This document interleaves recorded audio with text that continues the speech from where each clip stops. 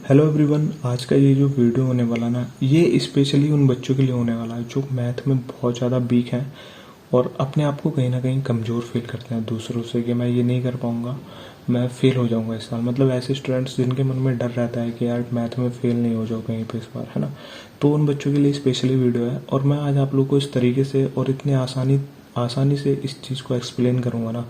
मतलब जो भी हम लोग का टॉपिक लिखा हुआ है यहाँ पर, इसको बहुत ही प्यार से समझाऊंगा, कोई भी समझ सकता है नॉर्मली, है ना। तो आज का जो टॉपिक है ना हमारा, उसको ध्यान से देखो। यूक्लिड विभाजन प्रमेय का ये क्लास 10th का एक बहुत ही इंपॉर्टेंट टॉपिक है और चैप्टर 1 से इससे बहुत सारे क्वेश्चंस आते हैं, है ना। तो आप लोग इसको बिल्कुल भी छोड़ना मत, इसको प्यार से समझो। और जिसने अगर ये टॉपिक समझ लिया तो क्लास 10th का जो पहला चैप्टर है वो इजीली कर भी सकता है इसके माध्यम से, है ना। तो टॉपिक का नाम है यूक्लिड विभाजन प्रमेय का। अब इसको हम लोग ऐसे समझेंगे इस प्रमेय को कि कहाँ से ये प्रमेय बनी और इसका क्या यूज़ है, क्यों मतलब बनी क्यों ये, है ना, और किस तरीके से बनी, सारी चीज़ों को सीखेंगे। मैंने पहले बोल दिया कि मैं बिल्कुल जीरो लेवल से बताऊंगा आप लोग को, है ना।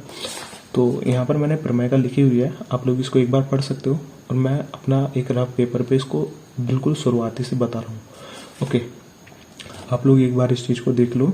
प्रमेय क्या होती है कि दो धनात्मक पूर्णांक a और b दिए रहने पर उनमें ऐसी अद्वितीय पूर्ण संख्याएं q और r विद्यमान होती है या फिर प्राप्त होती है हम लोग को, जिसको हम लोग कुछ इस फॉर्म में लिख सकते हैं। यानी कि a को इस रूप में लिख सकते हैं, a equal to B Q plus are. और यहाँ पे r का जो मान होगा या तो वो 0 होगा या फिर 0 से बड़ा होगा और ये b से छोटा होगा, है ना। तो इस चीज़ को भी हम लोग अभी समझेंगे। अब मैं यहाँ पर एक रफ पेपर ले लेता हूँ। यहाँ पर देखो, यहाँ पर मैं डाल लेता हूँ स्टार्टिंग से हेडिंग यूक्लिड विभाजन प्रमेय का, है ना। यूक्लिड विभाजन प्रमेय का, विभाजन प्रमेय का। और यहाँ पर लिख लेते हैं हम लोग क्लास 10th, है ना। क्लास 10 चैप्टर 1 से लिखी ये। ओके, तो आप लोग सभी लोग समझ सकते हैं उस चीज़ को। तो यूक्लिड विभाजन प्रमेय का, सबसे पहले इस नाम को पढ़ो बहुत प्यार से, यूक्लिड विभाजन प्रमेय का। अब कुछ लिखा होगा सर इसमें विभाजन आ रहा है, तो अब इसलिए तो भाग ही है, भाग की जो हम लोग प्रक्रिया करते हैं उसी को तो हम लोग विभाजन बोलते हैं, है ना। तो अब इसको समझते हैं आसानी से। तो एक ना हमारे यूक्लिड नाम के जो मैथमेटिशियंस थे, उन्होंने भाग की जो प्रक्रिया होती है ना, जैसे नॉर्मली हम करते हैं 4 को 8 से कर दे, 4 दूनी 8, और यहाँ पे, है ना, ये प्रक्रिया होती है कुछ भाग की। तो उन्होंने इस भाग की कुछ प्रक्रिया में ऐसा कुछ देखा, जिन्होंने एक प्रमेय लागू कर दी भाई इस भाग की प्रक्रिया पर, है ना। अब उन्होंने क्या देखा उसको हम लोग समझते हैं। देखो आप लोगों ने यहाँ पे देखा होगा 2 वर्ड आए हैं, एक तो धनात्मक पूर्णांक और एक आया है पूर्ण संख्या। तो अगर आप लोग को पता है तो बहुत अच्छी बात है, और नहीं पता है तो यहाँ पर जरा 2 मिनट इन वर्ड को समझ लो, है ना, शब्द को समझ लो। देखो, धनात्मक पूर्णांक इनको बोलते हैं। धनात्मक पूर्णांक वो संख्या होते हैं जो प्लस के 1 से स्टार्ट होती हैं और जो इनफाइनाइट तक जाती है, यानी कि 1 2 3 4 5, मतलब ऐसी बहुत सारी संख्याएं चलती जाएंगी और ये ना प्लस के 1 से स्टार्ट होंगी। प्लस का मतलब है धनात्मक, और पूर्णांक हमारा 1 से स्टार्ट होता है ना, धनात्मक का पूर्णांक। वैसे तो पूर्णांक बहुत तरीके के होते हैं, माइनस के भी होते हैं, प्लस के भी होते हैं, पूर्णांक भी होते हैं, बट आज हम लोग जो बात करेंगे ना वो धनात्मक पूर्णांक को ही करेंगे। अब दूसरी चीज़ यहाँ पे समझो, पूर्ण संख्या है। देखो पूर्ण संख्या किनको बोलते हैं, अगर इन दोनों चीज़ों को आप लोग समझ लेते हो ना, बहुत आसानी हो जाती है फिर इस प्रमेय को समझने के लिए। पूर्ण संख्या हमारी 0 से स्टार्ट होंगी, 1 2 3, यानी कि 0 से स्टार्ट होते हैं और ये भी प्लस के इनफाइनाइट तक जाती है, और यहाँ पर भी ये प्लस के इनफाइनाइट तक जाती है और ये भी प्लस के इनफाइनाइट तक। ओके, अब ये 2 चीज़ें आप लोगों ने समझ ली, ठीक है। धनात्मक पूर्णांक समझ लिया सर, जो 1 से स्टार्ट होंगे ना प्लस की संख्याएं, वो सभी धनात्मक पूर्णांक होंगे। तो उन्होंने क्या किया, देखो, है ना, ये चीज़ आप लोग समझ गए होंगे। अब एक चीज़ और समझ लो, भाग करने की जो प्रक्रिया होती है, भाग प्रक्रिया, यहाँ पर मैं इसका नाम लिख देता हूँ भाग प्रक्रिया। ये क्या होती है कि जिससे हम लोग भाग दे रहे हैं ना, उसको बोलते हैं हम लोग भाजक, और जिसको भाग दे रहे होते हैं वो होता है हमारा भाज्य। यानी कि भाज्य जो होगा वो बड़ा होता है और भाजक जो होती है वो छोटी संख्या होती है ना, ये समझ लो आप लोग। और यहाँ पर जो हम लोग भाग करने के बाद जो कुछ आता है ना, जैसे यहाँ पे भाग की थी 4 दूनी 8, मतलब भागफल होता है जो हमें प्राप्त होता है भाग करके, तो उसको बोलते हैं हम लोग भागफल। और यहाँ पर ये करने के बाद कुछ हमारा आता है शेषफल। ओके, ये कुछ भाग की प्रक्रिया होती है। अब यहाँ पे देखो, 2 पूर्णांक ले लो कोई भी आप लोग, धनात्मक पूर्णांक ही लेने हैं, जैसे 7 और 54 ले लो, 54 55 ले लो, चलो कोई टेंशन नहीं है। अब यहाँ पर इन चीज़ों को ध्यान से देखो। आप लोग को करना क्या है, सबसे पहले भाजक क्या हो गया आपका, छोटी संख्या होगी 7, और भाज्य क्या हो गया, बड़ी संख्या होगी, यानी कि 45। अब इसको जरा इससे भाग दो, तो 7 सत्ते 49 होते हैं, ज़्यादा हो रहा है, और 7 अट्ठे कितने, वो 7 सत्ते और 7 छंग कितने होते हैं, 42 होते हैं। तो यहाँ पे 7 छंग 42, यानी कि हमको ऐसी संख्या से मल्टीप्लाई करनी है जो या तो इसके बराबर आ जाए, सेम यही आ जाए, या फिर इससे छोटी आ जाए पर बड़ी नहीं आए। अब 42 में से मैं इसको माइनस करूँगा तो मेरे पास 3 आया शेषफल। ओके ठीक है। अब उन्होंने क्या देखा कि उन्होंने एक चीज़ देखी, बड़ी यूनिक सी चीज़, कि अगर मैं 7 की मल्टीप्लाई 6 से कर देता हूँ और उसमें अगर मैं शेषफल को ऐड कर देता हूँ तो मेरे पास कुछ संख्या प्राप्त होती है। और वो क्या होती है उसको देखो, यानी कि मैं अगर ये क्या था हमारा 7 भाजक था, तो इसको भाजक लिखो, और मल्टीप्लाई अगर मैं भागफल से कर देता हूँ इसकी, और उसमें कुछ शेषफल ऐड कर देता हूँ, जो भी आएगा आपका शेषफल, है ना, तो कुछ मुझे संख्या प्राप्त होगी। अब यहाँ पे देखो, भाजक के स्थान पे 7 है, भागफल के स्थान पे 6 है, और शेषफल के स्थान पे हमारा क्या है, 3 है। ओके 3 को लिख लो आप लोग इस तरीके से। तो यहाँ पर आप लोग इसको सॉल्व करो, 6 सत्ते 42 और प्लस का 3 कितने हो गए, 45 हो गए। आप लोगों ने क्या देखा, अरे सर ये तो वही संख्या आ रही है जिसको हमने भाग दिया था, यानी कि भाज्य जो होगा ना वो हमेशा क्या बराबर होगा, वो बराबर होगा भाजक मल्टीप्लाई भागफल और प्लस शेषफल के, है ना। यानी कि भाज्य जो होगा वो हमेशा यही होगा। तो कहने का मतलब जो बड़ी संख्या होगी ना 45, उसको मैं कुछ इस रूप में लिख सकता हूँ, यानी कि 7 मल्टीप्लाई 6 प्लस का 3। ओके ये चीज़ आप लोगों ने लिख ली। अब यूक्लिड जी ने क्या किया, इन्हीं को एल्जेब्रिक फॉर्म में लिख दिया, यानी कि एल्जेब्रिक फॉर्म जो हमारे लेटर्स होते हैं ना अंग्रेजी के, जैसे एक्स वाई जेड, तो उन्होंने क्या लिखा, भाज्य को लिख दिया ए, और भाजक को लिख दिया बी, और भागफल को लिख दिया क्यू, और शेषफल को लिख दिया आर, रिमाइंडर, है ना, सब चीज़ को नाम दे दिया उन्होंने। तो उनका जो प्रमेय बना वो ये बना, A equal to B Q plus का आर। तो उन्होंने ये प्रमेय बना लिया कुछ भाग की प्रक्रिया से, ठीक है। अब यहाँ पर देखो 2 मिनट जरा, प्रमेय क्या लिखा हुआ है, A equal to B Q plus are, और हमारा क्या है, A equal to B Q plus R. तो आप लोग को पता चल गया अब ये प्रमेय आया कहाँ से, है ना, ये भाग की एक प्रक्रिया होती है, उससे ये हमारा प्रमेय आया है, ठीक है। अब सर ये आगे की चीज़ और समझा दो, ये आगे लिखा हुआ है ना कि रिमाइंडर, आप कुछ बोल रहे थे कि ये आर बड़ा नहीं होगा, चलो इसको समझते हैं अब हम लोग। यहाँ पे देखो क्या लिखा है प्रमेय, सबसे पहले हम लोग प्रमेय डाल लेते हैं अपना। यहाँ पर देखो प्रमेय क्या है, A equal to B Q plus का आर, और यहाँ पे मैंने लिखा हुआ है कि 0 बड़ा होगा या बराबर होगा, है ना, और यहाँ पे बी। अब इस चीज़ को थोड़ा सा गौर करो, आप लोग किसी संख्या से भाग दो, 2 को 4 से भाग दे दो, तो 2 दूनी कितने होते हैं, 4 होते हैं, शेषफल मेरे पास 0 आया। अब 2 को इससे बड़ी संख्या से भाग दे दो, 2 दूनी 4 होते हैं, सर मेरे पास शेषफल बनाया।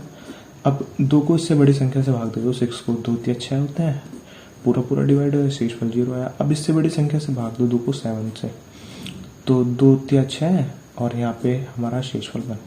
तो आप लोगों ने एक ही चीज़ नोटिस की है, सर 0 और 1 बार बार आ रहा है, मतलब 2 को कितनी भी बड़ी संख्या से भाग दे दूं मैं, केवल और केवल मेरा शेषफल जो होगा वो 0 और 1 ही आएगा। अब ऐसा 2 के केस में नहीं होगा, ये सारी संख्याओं के केस में होगा। दूसरा, 6 को भाग दो 7 से, सॉरी 3 को भाग, वो 6 को भाग दो 3 से, तो 3 दूनी 6 होते हैं, यहाँ पे शेषफल 0 आया। 3 को इससे बड़ी संख्या से भाग दो जरा, 3 दूनी 6 होते हैं, और यहाँ पे शेषफल आया मेरे पास 1। अब 3 को इससे बड़ी संख्या से भाग दो, तो क्या होता है, 3 तिया तो 9 होता है, तो 3 दूनी 6 होते हैं, और यहाँ पे शेषफल आया 2। अब इससे बड़ी संख्या से भाग दो 9, तो 3 तिया 9 होते हैं, शेषफल 0, और यहाँ पे इससे बड़ी संख्या से भाग देता हूँ यानी कि 10 से, तो 3 तिया 9 और शेषफल 1। अब एक और देख लो, 3 की भाग में इससे बड़ी संख्या से देता हूँ, तो 3 तिया 9 होते हैं, और शेषफल मेरे पास 2 आया। तो कहने का मतलब ये कि 2 से आगे कोई शेषफल आ ही नहीं पा रहा है, मतलब ये कि जो शेषफल होगा ना वो हमेशा भाजक से छोटी संख्या है जितनी भी है ना 0 तक, वही आ रही है, केवल बार बार वही रिपीट हो रही है, उनसे बड़ी नहीं हो रही। तो आप लोग ना 2 चीज़ पॉइंट करो यहाँ पर। पहला पॉइंट ये कि शेषफल जो होगा, यहाँ पर मैं लिख देता हूँ, शेषफल जो होगा वो कभी भाजक से बड़ा नहीं होगा, शेषफल जो होगा वो कभी भाजक से बड़ा नहीं होगा, भाजक से बड़ा नहीं होगा, है ना, बड़ा नहीं होगा। ओके अब यहाँ पे एक चीज़ और देखो, शेषफल भाजक से बड़ा नहीं होगा, और दूसरा ये शेषफल कभी भी माइनस की संख्या नहीं होगी, शेषफल कभी भी ऋणात्मक नहीं होगा। ये दो चीज जहां आप लोग समझ गए ना, समझ लो बहुत अच्छी बात है, ऋणात्मक नहीं होगा। ओके देखो कोई शेषफल ऋणात्मक आ रहा है क्या, यानी कि ऋणात्मक तो तभी आता है जब मैं किसी ऐसे भाग देता है, बहुत ऐसे 3 या 9 होते हैं, यहाँ पे 9 और यहाँ पे शेषफल माइनस करूंगा तो माइनस का बना रहा है। तो अब ऐसे भाग थोड़ना होती है, भाग तो हमेशा छोटा देते हैं, या तो यही नंबर होता है या फिर इससे छोटा होता है ना। तो शेषफल कभी ऋणात्मक तो होगा नहीं, और दूसरा कभी भाजक से बड़ा नहीं होगा। तो अगर मैं बात करूं कि जैसे आप लोग को यहाँ लिखना है कि 7 के शेषफल बताओ क्या क्या आ सकते हैं, मतलब 7 को आप लोग भाग करोगे ना, तो आप लोग पता क्या बोलोगे, सर 0 भी आएगा, और 0 से जितनी बड़ी संख्या है ना 7 तक वो सारी होंगी, 0 1 2 3 4 5 और 6। 7 नहीं होगा क्योंकि शेषफल तो वो भाजक तो आ ही नहीं सकता, भाजक के बराबर नहीं हो सकता कभी शेषफल, या फिर उससे बड़ा भी नहीं हो सकता। तो जितनी संख्या होंगी ना 0 से 6 तक, यहाँ पर देखो ये चीज तो लिखी है, शेषफल जो होगा ना वो या तो 0 होगा, ये बराबर का साइन होता है, और ये होता है बड़े होने का, तो या तो 0 होगा या फिर 0 से बड़ा होगा, परंतु b से छोटा होगा। b हमारे पास भाजक था, हम लोगों ने यहाँ पर ये देखा, देखो एल्जेब्रिक फॉर्म में इसको भाजक को लिखते हैं हम लोग b, और भाज्य को लिखते हैं a, और भागफल को लिखते हैं q, और शेषफल को लिखते हैं r। ये चीज अभी आप लोग को यहाँ पर बताइए, मतलब कभी भी जो शेषफल होगा ना हमारा, यहाँ पर देखो जो शेषफल होगा ना कभी b से बड़ा ही नहीं होगा, b से जितनी छोटी संख्या होगी ना वो शेषफल होगा। आप लोग को कोई भी बोल दे कि 2 के शेषफल बताओ, आप लोग इजीली बता दोगे सर 2 के तो वही आते हैं 0 और 1, 2 तो आएगा नहीं, और ना ही 2 से कोई बड़ी संख्या आएगी, 0 भी आ सकता है उसमें और 1 भी आ सकता है, तो ये तो 0 तो डेफिनेटली आएगा ही आएगा, है ना। और जितनी उस संख्या से छोटी संख्या होगी ना वो सारी संख्या आप लोग की शेषफल होंगी, है ना। कभी करके देखना 7 की भाग कितनी बड़ी संख्या से, कभी 6 से बड़ा शेषफल ला करके दिखा देना। तो ये चीज ये बोलती है कि जो शेषफल होगा आपका वो या तो 0 होगा या फिर 0 से बड़ा होगा, परंतु b से छोटा होगा। तो यही हमारी क्या कहलाती है, यूक्लिड विभाजन की प्रमेय का कहलाती है। अब शायद से आप लोगों को कोई कंफ्यूजन नहीं होगा। अब इसको ना यहाँ पे एक चीज और देखो, आप लोग से कोई बोले कि भाई 6 और 8 में यूक्लिड विभाजन प्रमेय का लागू करके दिखाओ, तो आप लोग ना बड़े ही प्यार से कर दोगे।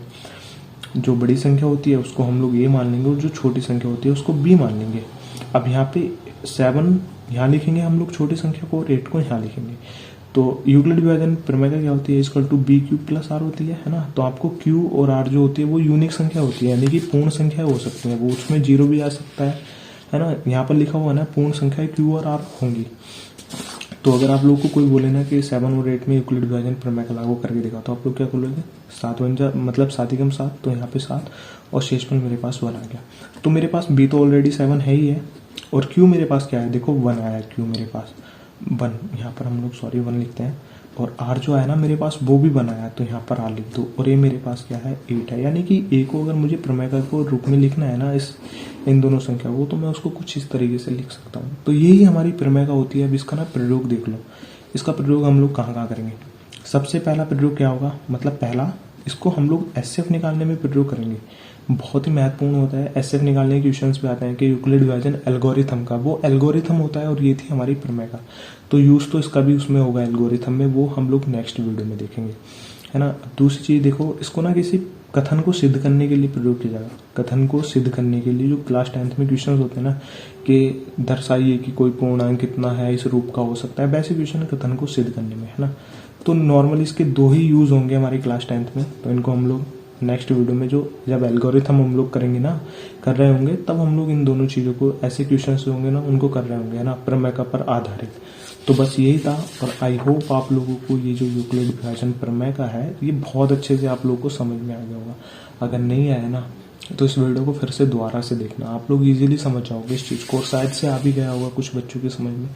तो यही प्रमेय का होती है। एक बार फिर से रिपीट कर देता हूँ कि 2 धनात्मक पूर्णांक ए बी दी रहने पर, मैंने 2 धनात्मक पूर्णांक की माने थे, यहाँ पर देखो 7 और 44 धनात्मक पूर्णांक थे, क्योंकि 1 के और इनफाइनाइट के बीच में कहीं ना कहीं आते हैं, तो धनात्मक पूर्णांक, ठीक है। दिए रहने पर ऐसी अद्वितीय संख्या है, पूर्ण संख्या है, केवल पूर्ण संख्या q और r विद्यमान होंगी। तो पूर्ण संख्या है मतलब q और r की जगह हमारी जो 0 से इनफाइनाइट तक जो भी संख्या है ना, वो हमारी हमेशा होंगी। जैसे q है 6 है, यहाँ 0 भी हो सकता है, उसने पूर्ण संख्या की बात करी है तो 0 भी हो सकता है कभी ना कभी। ओके, अब उसको ना हम लोग प्रमेय को इस तरीके से लिखते हैं, है ना। तो ये हमारी प्रमेय होती है क्लास 10th में, तो उसको आपको बहुत आसानी से समझ भी आई होगी, है ना। तो शायद से मैं आशा करता हूँ ये वीडियो आप लोग को बहुत अच्छे तरीके से समझ आई होगी, और समझ आई होगी तो हम लोग नेक्स्ट वीडियो में बात करेंगे एल्गोरिथम की। और यार मैं लाइक और सब्सक्राइब के लिए नहीं बोलूँगा क्योंकि ये मेरा पहला वीडियो था, बट आप लोग कमेंट में अपना फीडबैक डाल सकते हो, मतलब कि कैसा लगा ये वीडियो, अच्छे से समझ में आया तो हाँ कर देना, और नहीं आया तो ना कर देना। आप लोग डिसलाइक भी कर सकते हो उस वीडियो को, है ना। ओके गाइस, यार मिलते हैं आप किसी एक अगली इसी तरीके की प्यारी सी वीडियो में जो आप लोगों को बहुत कुछ सिखा दे। तो चलिए आज के वीडियो में बस इतना ही।